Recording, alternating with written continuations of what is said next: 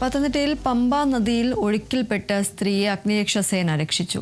പണ്ടനാട് സ്വദേശി ശ്രീകലയാണ് തുണി അളക്കുന്നതിനിടയിൽ കാൽ വഴുതി നദിയിൽ വീണത്. പണ്ടനാട് മിത്രമഠം കടവിലായിരുന്നു സംഭവം.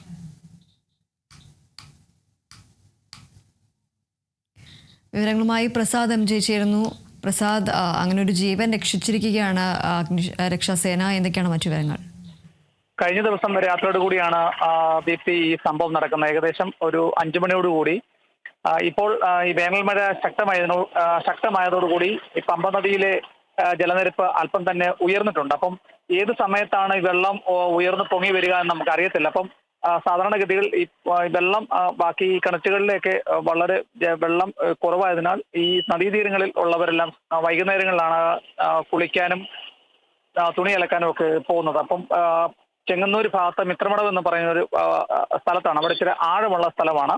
അവിടെ ഈ നദിയുടെ പല ഭാഗങ്ങളിലും മണൽപ്പുറ്റുമുണ്ട്. അപ്പം ഈ കുളിക്കാനിറങ്ങിയ ശ്രീകല എന്ന് പറഞ്ഞൊരു വീട്ടമ്മയാണ് ഈ കാൽവഴുതി നദിയിലേക്ക് പോകുന്നത്. പോയി ഇവര് ഒഴുക്കി ഈ നദിയുടെ മധ്യഭാഗത്തുള്ള മൺപുറ്റിൽ പിടിച്ചു കിടന്ന് നിലവിളിച്ചു കഴിഞ്ഞപ്പോൾ തുടർന്ന് ഈ നിലവിളി കേട്ട് ആൾക്കാർ ഓടിക്കൂടിയെങ്കിലും അവിടെ ഈ മരം വെട്ടുന്ന തൊഴിലാളികളൊക്കെ ഈ കരയിൽ നിന്നും ഈ മൺകൂനയിലേക്ക് കയറൊക്കെ ഇട്ട് കൊടുത്തിരുന്നെങ്കിലും ഇവർക്ക് അത് എത്തിപ്പിടിക്കാനാകാതെ അപ്പം ഈ കരുത്തറ്റം വെള്ളത്തിലാണ് ഈ സ്ത്രീകൾ എന്ന് പറയുന്ന വീട്ടമ്മ നിൽക്കുന്നത്.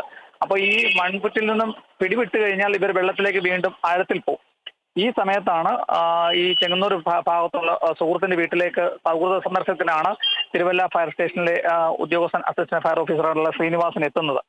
അദ്ദേഹം ഈ കൂട്ടുകാരന്റെ വീട്ടിൽ എത്തിക്കഴിയുമ്പോൾ ഈ നിലവിളിയും ആൾക്കൂട്ടും എല്ലാം കണ്ടു കഴിഞ്ഞപ്പോഴാണ് അദ്ദേഹം സാഹസികമായി നദിയിലിറങ്ങി വീട്ടമ്മയെ കരക്കെത്തിച്ച് ഹോസ്പിറ്റലിൽ കൊണ്ട് ഇപ്പം സുഖമായി ഇരിക്കുന്നതാണ് നമുക്ക് അറിയാൻ കഴിയുന്നത്. ദീപ്തി, ശരി. എന്നാലും പത്തനംതിട്ടയിലാണ് പമ്പ നദിയിൽ ഒഴുക്കിൽപ്പെട്ട സ്ത്രീയെ അഗ്നിരക്ഷാസേന രക്ഷപ്പെടുത്തിയത്. പണ്ടനാട് സ്വദേശിയായ ശ്രീകലയാണ് തുണി അലക്കുന്നതിനിടയിൽ കാൽ വഴുതി നദിയിൽ വീണത്. പണ്ടനാട് മിത്രമഠം കടവിലായിരുന്നു സംഭവം. പ്രസാദ് എം ജിയാണ് വിവരങ്ങൾ നൽകിയത്.